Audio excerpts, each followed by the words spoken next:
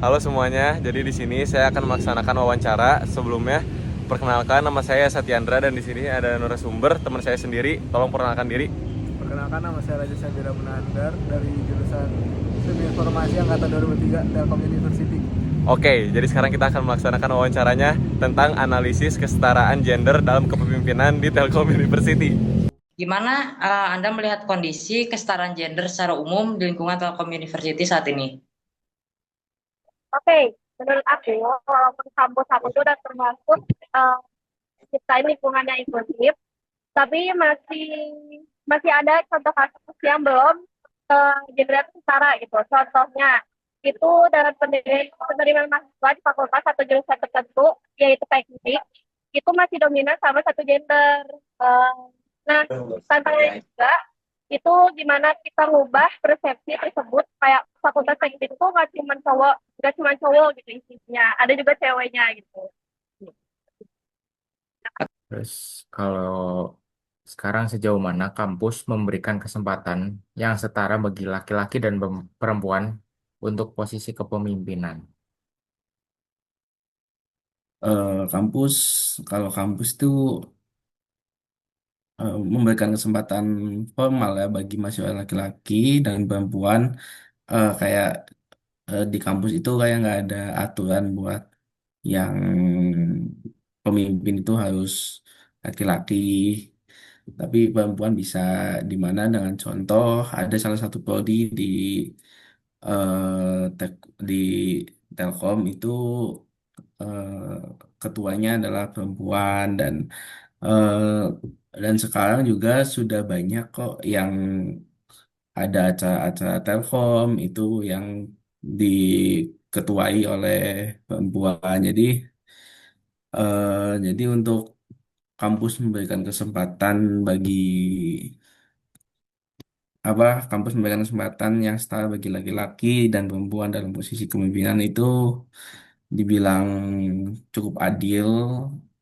Namun di antara mahasiswanya itu memang masih ada yang berpacu pada bahwa pemimpin itu harus laki-laki. Namun kampus itu berlaku adil.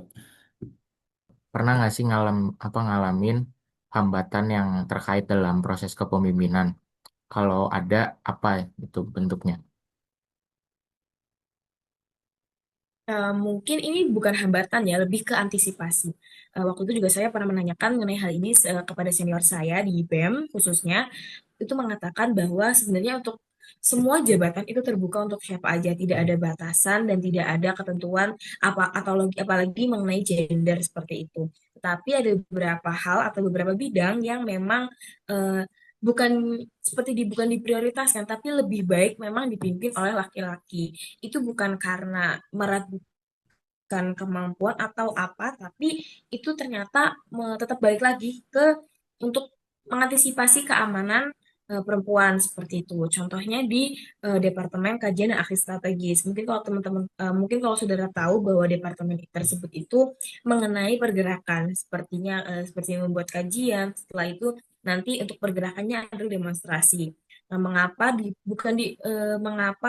lebih ditonjolkan untuk laki-laki? Karena nantinya biasanya itu pasti ada banyak oknum-oknum dari luar yang mungkin mencari nih siapa sekiranya otak dari sebuah pergerakan tersebut. Nah, nantinya ditakutkan, dikhawatirkan juga apabila perempuan itu lebih mengancam keselamatannya seperti itu. Tapi untuk stafnya dan segala macam tidak menutup kemungkinan bahwa perempuan bisa ikut tergabung dalam departemen tersebut. Pertanyaan kedua, menurut Anda, sejauh mana kampus telah memberikan kesempatan yang setara bagi laki-laki dan perempuan dalam posisi kepemimpinan? Menurut saya kampus sudah memberi akses yang sama untuk laki-laki dan perempuan, terutama di organisasi mahasiswa dan kepanitiaan. Tapi proporsi pemimpin perempuan belum sepenuhnya seimbang di semua level. Lanjut, kalau menurut Faris sendiri, apa tantangan terbesar untuk mencapai kesetaraan gender dalam kepemimpinan di kampus? Sekarang ini kita laki-laki masih menganggap perempuan sebagai, mohon maaf, sedikit rendah. Mohon maaf, oke? Tetapi percayalah, perempuan akan menjadi suatu hal yang itulah jika mereka tinggal meningkatkan kepercayaan diri dan tangguh. Mereka bisa terpilih posisi menjadi calon pemimpin yang berpotensi dan berkualitas.